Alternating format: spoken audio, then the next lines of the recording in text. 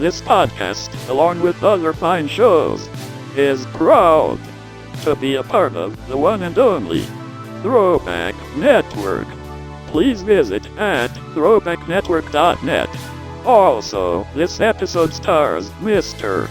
Doug McCoy, courtesy of McCoycast.wordpress.com. And now, enjoy the show. Hello and welcome to another 80 to 89. This is for the month of November. I'm recording November 30th, 1980.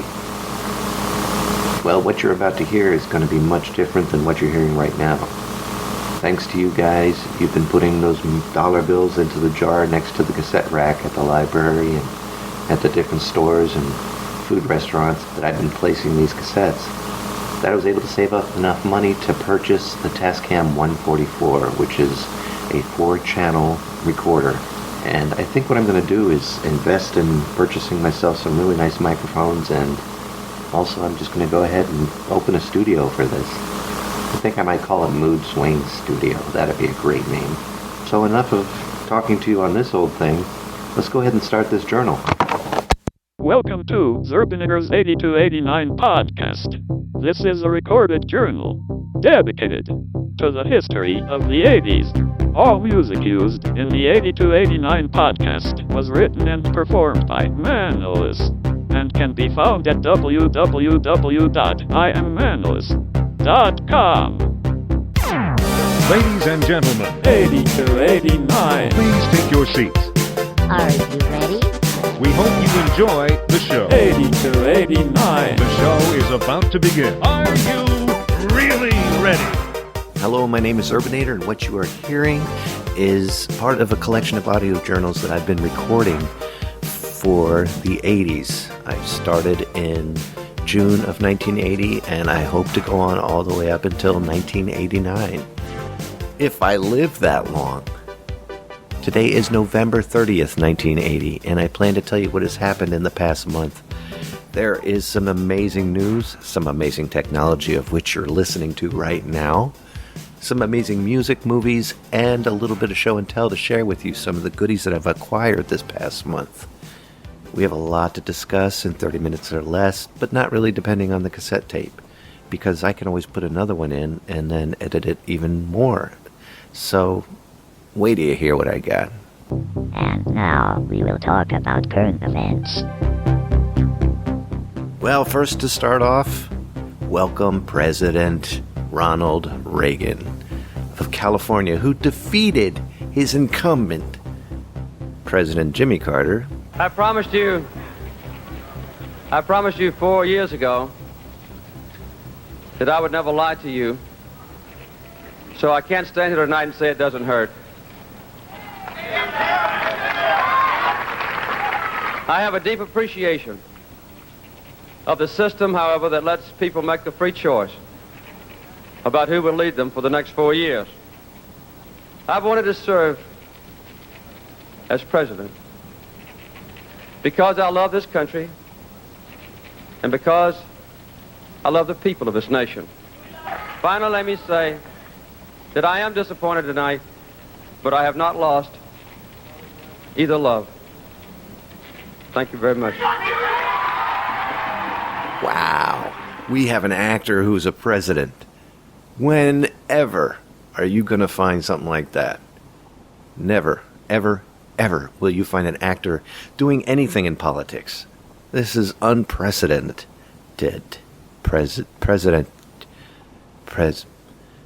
On November 10th, the Voyager program, NASA did a space probe. Voyager 1 made the closest approach to Saturn when it flew within 77,000 miles of the planet. The cloud tops and the first high-resolution images were sent back to Earth, and the scientists hope to put it in some magazines pretty soon, and I hope to see it. November 21st, there was a terrible fire at the MGM Grand Hotel and Casino on the Las Vegas Strip, and it killed 85 people. Also on November 21st, there was like a huge record of people that watched the soap opera Dallas to learn who shot J.R. Ewing. And I'm not going to ruin it for you if you haven't heard yet, but it was The Butler. And now we will talk about technology. Well, I had to switch back to my cassette recorder for the specific reason that I have with me right here my Take Tascam. It's the 144 Portastudio that you guys helped me purchase. And right now I'm trying to get it prepared again with another cassette tape because what I used so far is about used. That's the recording feature right there. It's recording and I'm going to stop that. And I'm going to record and stop. I'm going to try to mess around with the EQs a little bit here and change the input selection there. And there, that should work. So let me tell you a little bit about this using it itself. Hold on. Now this may bore you a little bit, but I'm going to go down some of the stats that are amazing with this piece of equipment right here. This is the TEAC Model 144, and it's a multi-track recording workstation, I guess you would call it. It's pretty light. It's not that heavy, and, well, it's not heavy, but it's cumbersome. It combines a full-function 4-channel mixer, and it all goes onto cassette, which I love. It's so easy to use. It does full functional recording, reproducing, signal routing, and monitoring, so it's wonderful. It uses Dolby B-type noise reduction, which is why this sounds so crystal clear compared to the old days of using my Radio Shack cassette recorder. And I can't thank you guys enough as I go on here. The best tape type for this is the CR02 Chrome 2s. Those are good. The output is 0.3 volts, which is great considering that things before it have been a lot higher in voltage. The input is a line, or you can use a mic, which I'm using now. I bought a microphone for it. Thank you. And there's a little bit of a noise to it, but it's not as bad as that other sucker that I had. So I'm very excited to have it, and I thank you guys so much for helping me out with it. At the price that this was, I could tell you how much it was. I don't want to boast, but it was $1,200. And thank you guys so much. My little boy, so sensitive, spin my heart. On ordinary ferric cassettes, recordings are sometimes distorted on the higher notes. BASF Chrome cassettes sound sharper because they're more receptive to high frequencies.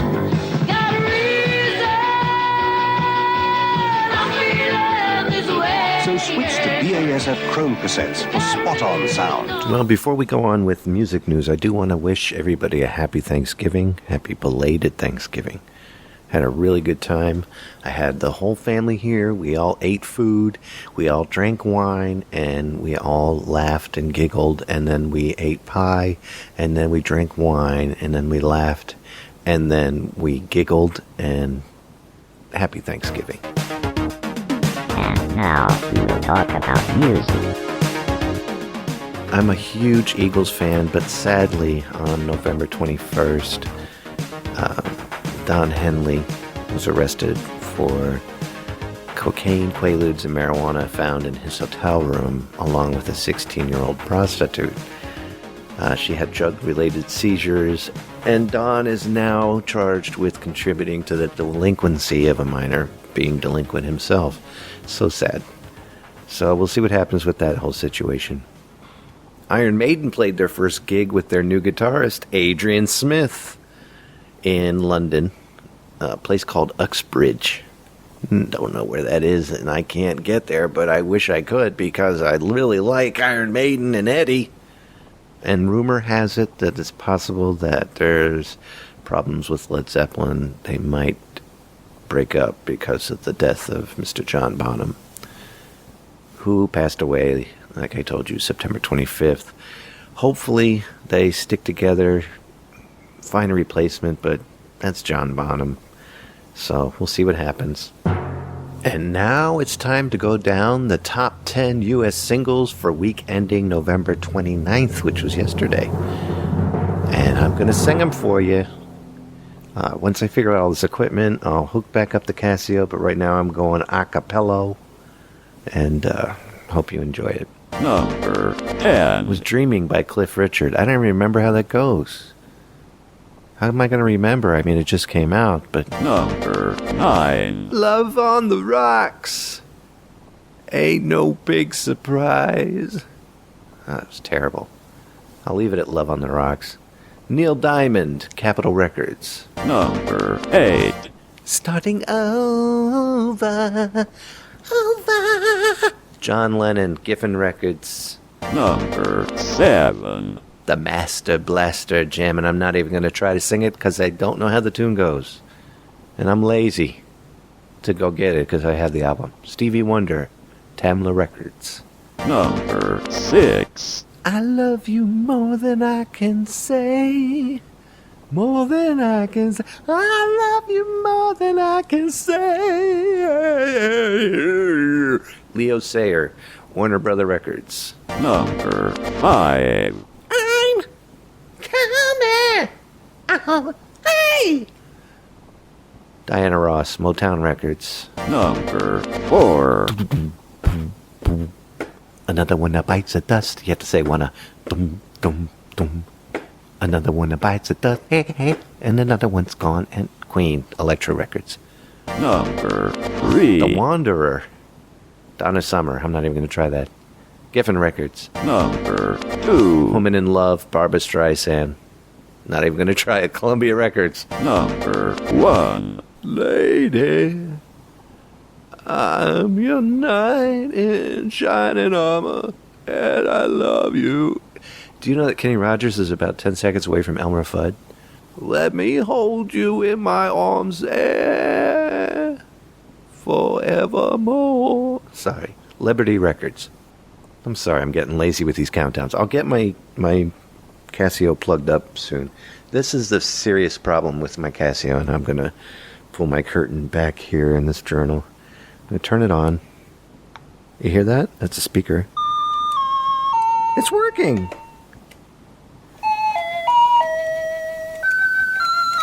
It is working. Okay, so if I can fix it, let me go to piano.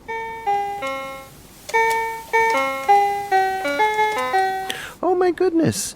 So if it's working, then maybe, well, not this time, but next show I promise I'm going to go ahead and put some music in the background, and I'm going to sing my arse off. And now I'm going to go down my top 5 albums released this past month, starting from November 1st until now.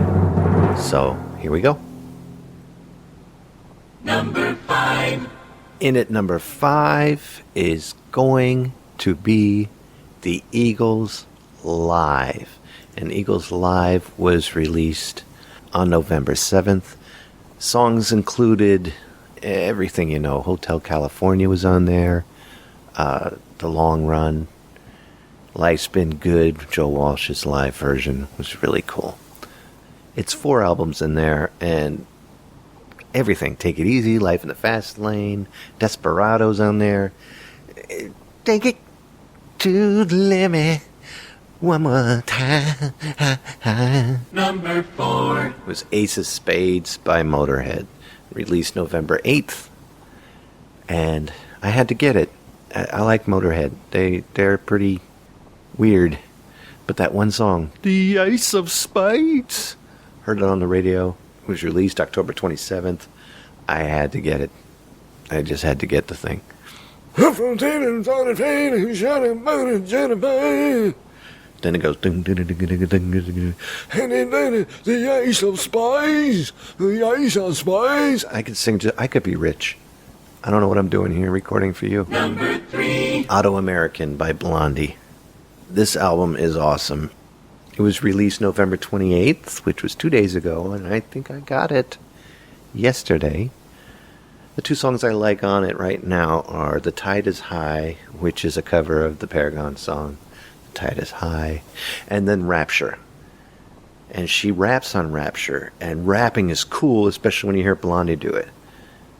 But these two songs alone are a good reason to buy that album. Number 2. Memories like the corner of my mind. I'm sorry. I have it. I had to buy it. Barbra Streisand, she is so cute. She's released this album, came out when I think it was November. I think it also came out November 28th. And I bought Guilty before that. I liked it. I'm sorry, I'm guilty of liking Barbra Streisand. She's awesome. She's like whipped cream. Number 1. And the number 1 choice for this week, the REO Speedwagon High Fidelity album. Get it, love it, own it. Don't Let Him Go on there. Keep on loving you. You take it on the run, baby. And there's a couple other ones on there, but my favorite is when he does that, when he says the word ever. You ever hear him say ever? Ever. Right, it's just funny to me. That was released on November 21st, and I actually just bought it today. So, that's my top 5 albums for November 1980. And now we will talk about movies. Well, I saw a movie that was pretty stupid, actually, but it was fun to watch. It was a supernatural slasher horror film directed by Uli Lamel, and it starred Susanna Love, John Carradine, and Ron James. Interesting movie. It was about 2 children, Willie and Lacey, who were punished by their mother's boyfriend, and Willie takes revenge by stabbing the boyfriend with a knife. Well, then 20 years later, Lacey and Willie, now adults, are being terrorized by that unseen force, which is the Boogeyman, and a lot of mayhem ensues. So, if you'd like to see it, it's still in the theater. I don't know how long. I'm sure it won't be too long. It's about 82 minutes. By the time they believe in him, it'll be too late.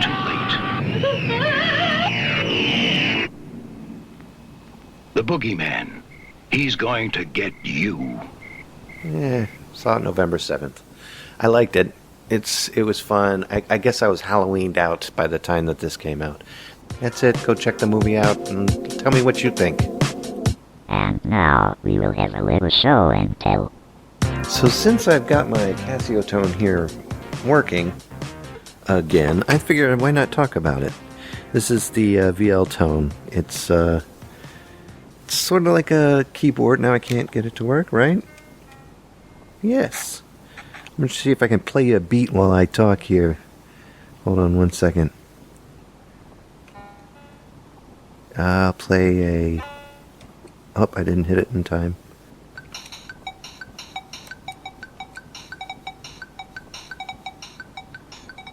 That's rock, baby.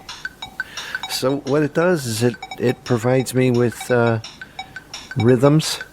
I'm going to play you another rhythm here. Let's go to swing. Yeah,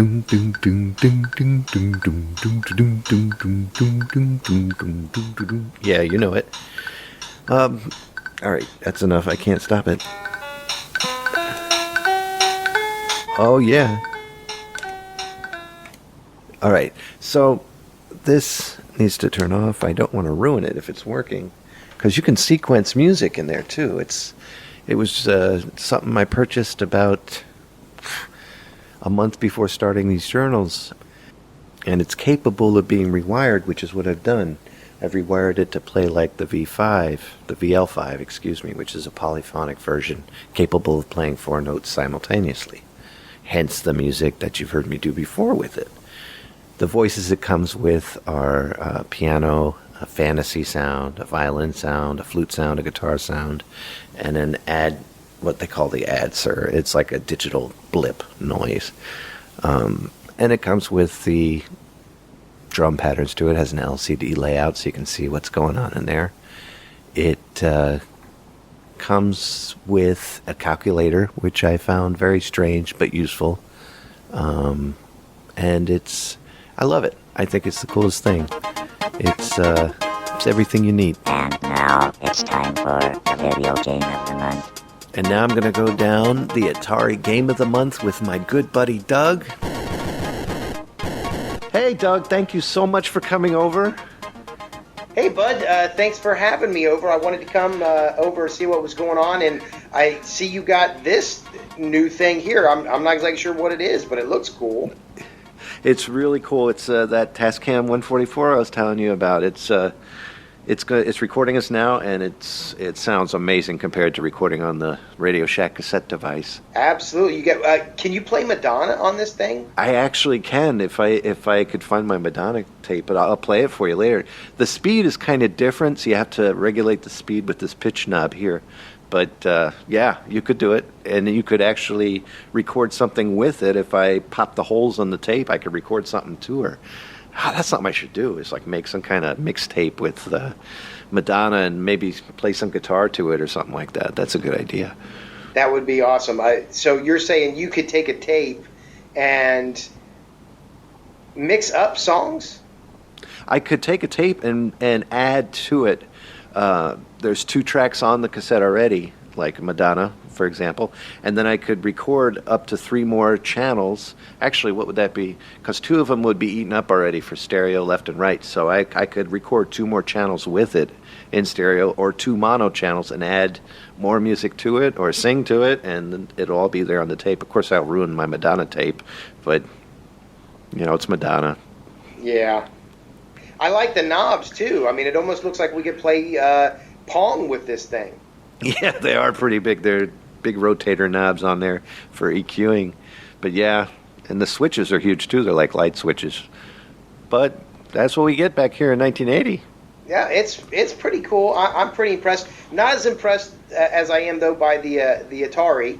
That's still the most impressive thing to me. Have you been getting into to any Atari lately?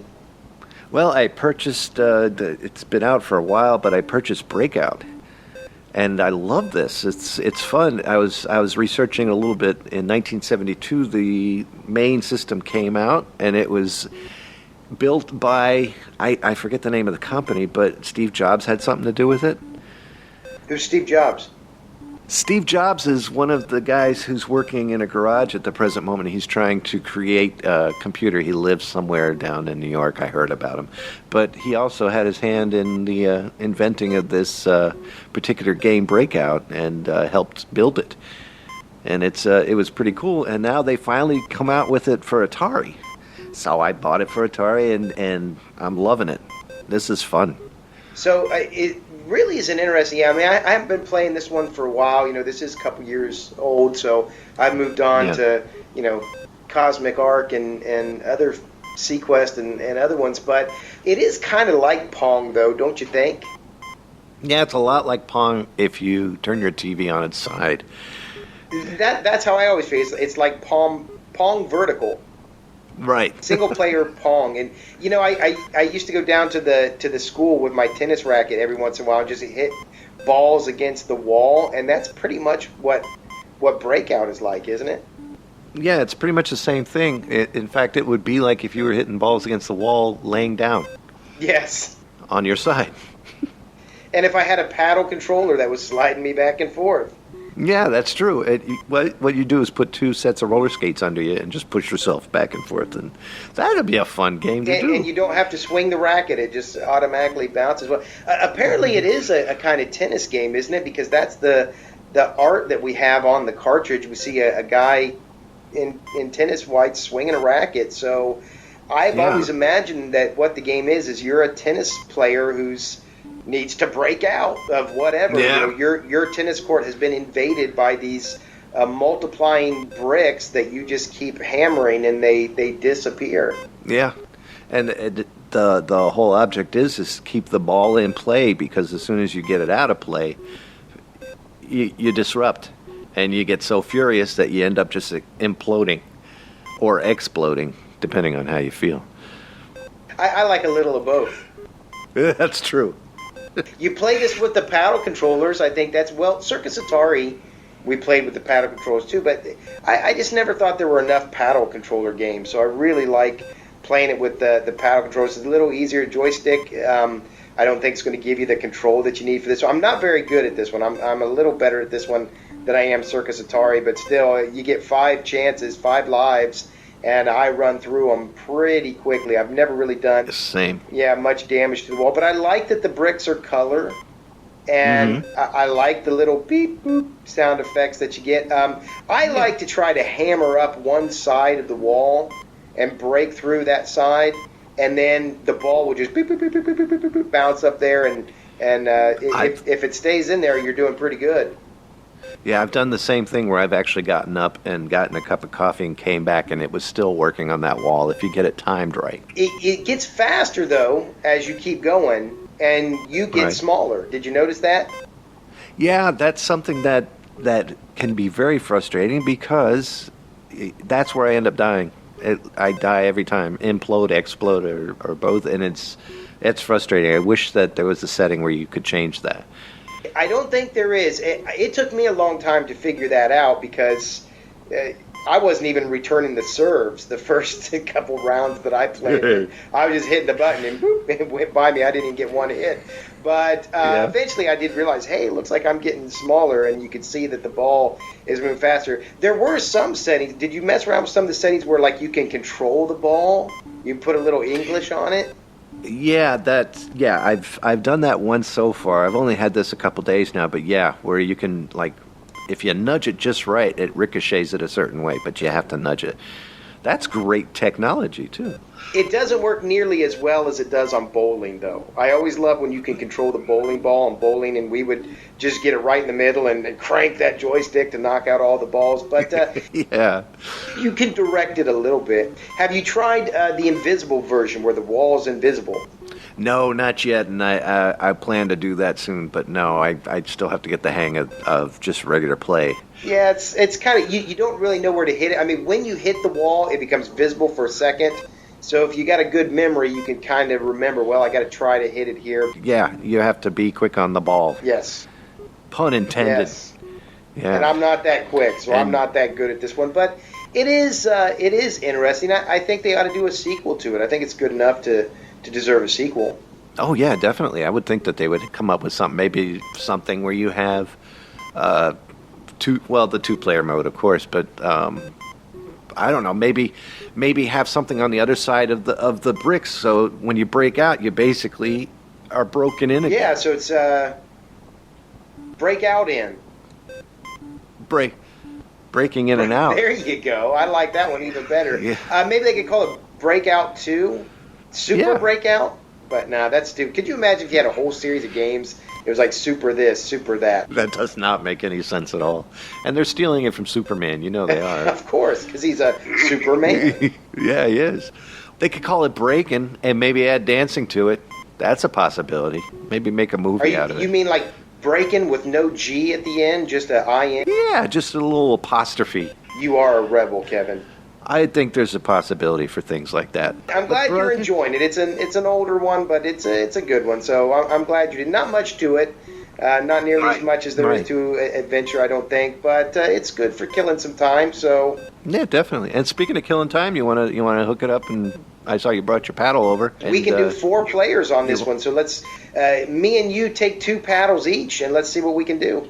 Let's see what happens. This will be fun. All right, man. Let's go. Well, I thank all of you who've listened to this particular recording. Remember, you can find these tapes down at the drug fair, the Dart Drug, the People's Drug, your local library, all of those fast food restaurants that's along Main Street. You're going to find them right there.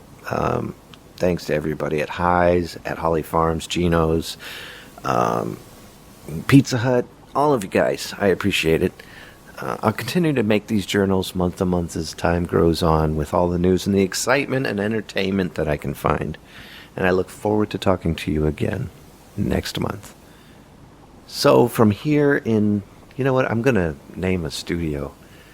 I'm going to have to come up with a studio name for these journals because I got a recording device here. Maybe I can record some music myself. All right, ladies and gentlemen, I'll see you next month. All of Zerbinator's music and podcasts are under the Creative Commons license, which allows retelling and rebroadcasting as long as the author is notified and credited. For more great escape pods, please visit www.zerbinator.wordpress.com. If you would like to contact Zerbinatorland, you can send an email to instrumentally@gmail.com or give us a call at 571-408-ZERB or 9372.